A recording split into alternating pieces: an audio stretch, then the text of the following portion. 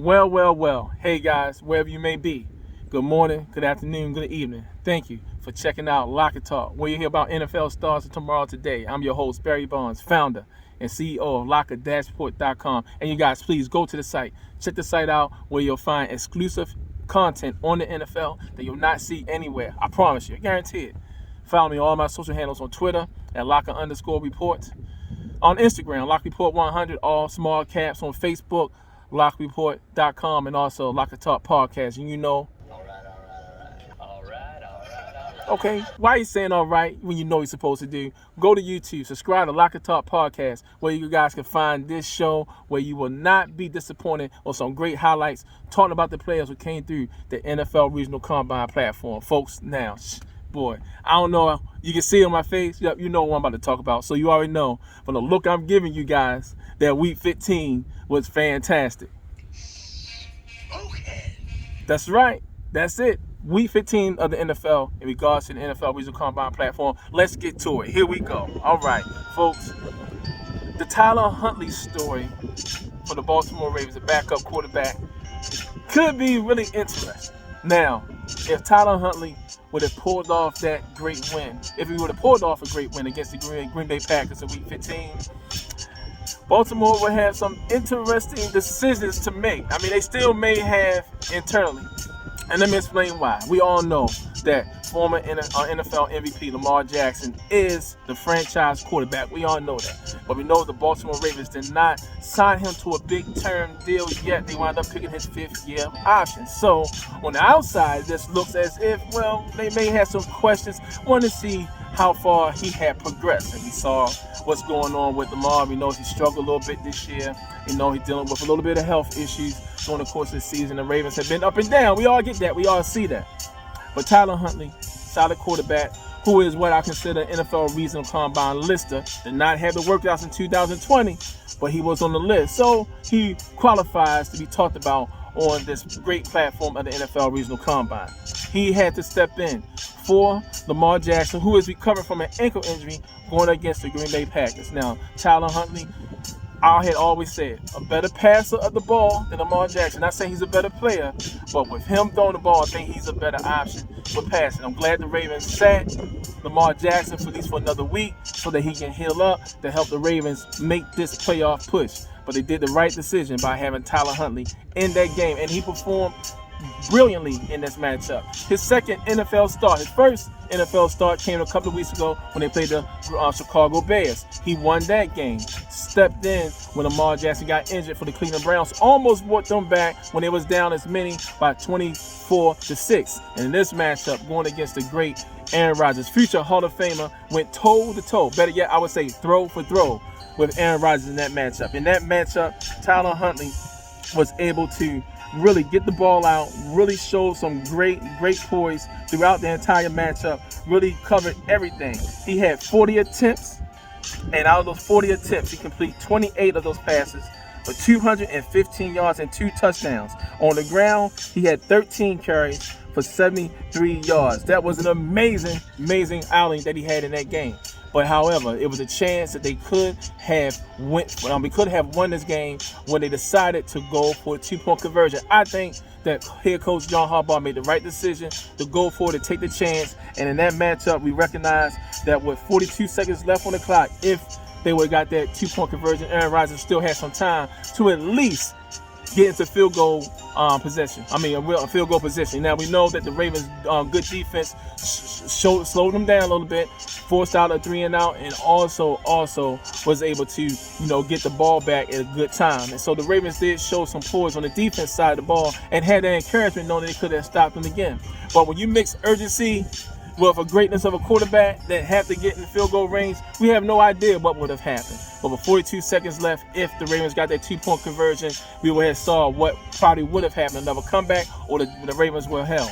However, Tyler Huntley did his job. He went out there and executed and almost brought a strong victory, perhaps one of the biggest upsets of the 2021 campaign if the Ravens would have won that game. Situation in Baltimore, not saying there's a whole bunch of stuff going in Baltimore, I have no idea. But the Ravens will have a decision to make. Should they keep Tyler Huntley or what they're going to do with Lamar Jackson. Better yet, what they're going to do with Tyler Huntley. Tyler Huntley, having teams that's probably looking at him right now, it's not going to be a great draft of quarterbacks coming out. He will most likely go somewhere else. But if the Ravens want to keep him in that back door, in that back pocket, never know. They may franchise Lamar Jackson, I don't know. But they do have a strong, tough decision to make in regards to Tyler Huntley. Good showing out there. Looking forward to seeing what he's going to do down the road. Now, another quarterback that came through the process, Nick Mullens. Now, you heard me talk about Nick Mullens many times. Spent several years, about 4 years, with the San Francisco 49ers. Did not go back to the 49ers. Signed with the Cleveland Browns in the offseason. Wound up being that third quarterback on that depth chart. And to speed it up to what had happened in Week 15.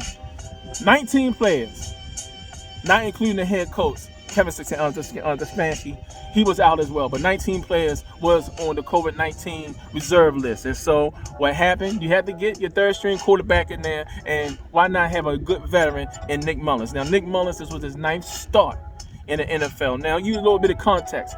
When he was a member of the San Francisco 49ers and when he had to step in for Jimmy Garoppolo because he was due to injury, there was a lot of times Nick Mullens had to play with second string, third string. Never really had a full complement of starters. Well, here we go with the Cleveland Browns, 19 players out, pretty much in the same boat, but yet he still had some good competent players around him. And it showed. He balled out in that game, almost just like Tyler Huntley, almost pulled off a fantastic win in that game. In that matchup, he completed out of 30 attempts, 20 passes for 147 yards and a touchdown. You see, the Browns really had a good game plan, wanted to make sure that the ball was controlled on the ground, didn't put him in situations out there where he had to force a lot of things. Now, there was a lot of passes that he threw out there that were good balls, but unfortunately, some of the players had dropped the pass. However, despite all that good stuff, the Browns was in position to win this game. He led a strong scoring drive on a touchdown pass that he hit and had some time left on the clock. The Browns got, the Raiders got the ball back, got an interception. Next thing you know, the Raiders got the ball back, and next thing you know, they start marching down the field. Got in the field goal position, and with 3 seconds left, those guys kicked the game-winning field goal. Now, everyone looked at the situation, knowing that the Browns going to this game could have been sitting on the top of the AFC North. However, they are pretty much in the hunt, trying to get into the playoffs. It's going to be a little difficult, but I don't want no one to come off thinking that Nick Mullens was the reason why they lost that game, because he played a heck of a good game, and it was great to see that NFL Regional Combine Pioneer on the field. And everyone recognized and was happy with his play. Even his head coach, Stefanski, knew what he was going to get from Mullens. And I'll quote, "He played how I thought he would play. He was efficient. He got through his reads, delivered the ball on time, fought till the end. Nick's a grinder," end quote. So the coaches and everyone know who Nick Mullens is. Looking forward to seeing him on the field. We don't know what's going to happen in Week 16 with the players with Baker Mayfield, those guys coming back. But I'm looking forward to seeing Nick Mullens on NFL football field real soon again. Okay, now when we talk about a good appearance, it's always good to go against your former team. And all year, Effie Obama, defensive end for the Buffalo Bills, was waiting for the opportunity to go up against his former team with the Carolina Panthers. And in this matchup, he was able to get 3 tackles, but out of those 3 tackles, there was 2 sacks. 2 sacks, yes. He sacked Cam Newton twice in this game, pretty much on the most important drive in the game when the Panthers was looking to try to stage a comeback midway through the 4th quarter. But everybody, as we see here, he is attacking. He's attacking. Get this first sack right here, and then next thing you know, on this 4th and 10th play right here, that pretty much ultimately had helped seal the game for the Buffalo Bills when he got this sack right here. And then after the game, it was really interesting what he had said in the press conference, because while he was a member with the Panthers, he could never touch Cam Newton because he had on that red jersey. Well, it was a different story in this matchup. When I was playing with him, he used to have the red jersey, so it was very that was the quickest ride to go home here. But now it felt really good to hear him now. I asked for his jersey, so I'm putting that out here now so I can hold him accountable. Yeah, and I think he had 2 sacks, right? Especially one in a big moment of the game there when we needed it. So that 4-man rush, get that 4-man rush going, it's important for us. Yep, exactly. So you hear in the press conference that, he definitely wanted to have that opportunity. He was happy that he finally got to Cam Newton. He didn't have to worry about that red jersey. He actually was able to bring him down that matchup, and hopefully Cam Newton do send him that jersey that he's asking for. Now, before a rundown, a wrap up what else happened in week 15 of the NFL, we had Nick Westbrook wide receiver from for the Tennessee Titans, had a solid game. He led the team in receptions and with yards, 4 receptions and yards with 32 in that matchup. And in this game with the Pittsburgh Steelers, on a critical play, Pittsburgh Steelers, Joe Hayden, cornerback who just came back from injury, one of the better cornerbacks who ever played in the game, made this big stop right here on Westbrook Akina, stopped him by probably about a millimeter. I was looking for someone to bring out the index card to measure it. When they tried to measure it, it was just, my goodness, you see, it was so close. The Steelers wind up stopping them on downs, turnover downs, and the Steelers was able to seal that victory and still keep their hopes alive for the playoff. But Nick Westbrook a solid game, was really close in pushing this game to the limit. And also Cole Holcomb for the Washington football team, he had 10 tackles against the Philadelphia Eagles. Jacksonville Jaguars defensive end Roy Robertson Harris, he had 5 tackles in that matchup. New York Jets wide receiver Austin Walter had 2 carries for 12 yards, while wide receiver Keelan Cole had a catch for 9 yards. And this 9-yard catch right here, he was just short in getting a first down that would have helped the Jets to sustain their drive to actually try to force probably overtime in this game against the mighty Miami Dolphins. And also in that same game, Nick Needham had 5 tackles. Brandon Zylstra, wide receiver for the Carolina Panthers, he had 2 catches and 17 yards in that matchup in week 15. Now, folks, here we go. We're about to talk about week 16. Yes, week 16. Are you excited about week 16? Well, heck, you should be. The week 16 is going to be really something to watch out for in the NFL. And we're going to talk about this starting with some good matchups. I would say things to watch out for. Now, we talked about Westbrook Akina a few minutes ago, going against the 49ers, a hot 49ers team. We know that the Tennessee Titans have to get this win. Will Westbrook continue to step up and showing that he can be a more reliable wide receiver, which he has been showing all season? So I don't expect anything different from there. We're going to have to monitor this Brown situation. Will Nick Mullens get an opportunity to play again in this short week on Christmas Day going against the Green Bay Packers? So we're going to watch out for that game. Kenny Moore II going against the Cardinals. This is going to be probably the game of the week. Let's see what's going to happen with this matchup to see how Kenny Moore is going to continue to show his solidarity for the Indianapolis Colts, that he can be that guy to make things happen, knowing going against the great with Kyler Murray, knowing that he's going to take his shots down the field. Let's see how Kenny Moore can continue to show his weight with this team. And then Adam Thielen, we watching Adam Thielen for the Minnesota Vikings as he continue to get healthy.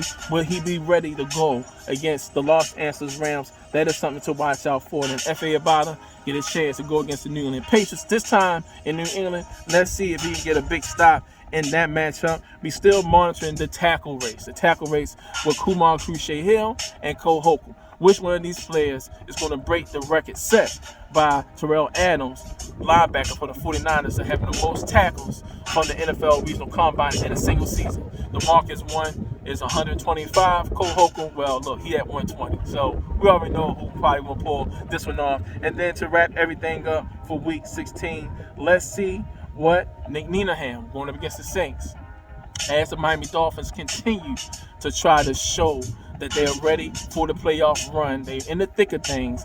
Let's see what Nick Needham can do to help pull off a big win for for his Miami Dolphins against the Saints on a great Monday night game.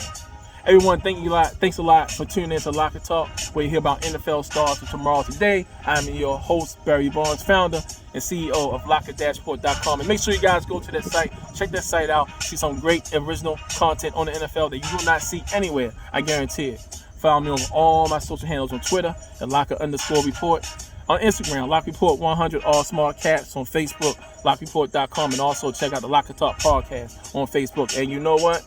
Do it! Just do it! Do it! That's right, yes. You know what the deal is. Go to YouTube, subscribe today, Lock and Talk Podcast. You guys will not be disappointed, especially if you love the great game of football like I do, and like many of you guys do. Make sure you guys tune in next week where we talk about week 16 and then get ready for week 17. Let's go. Let's roll.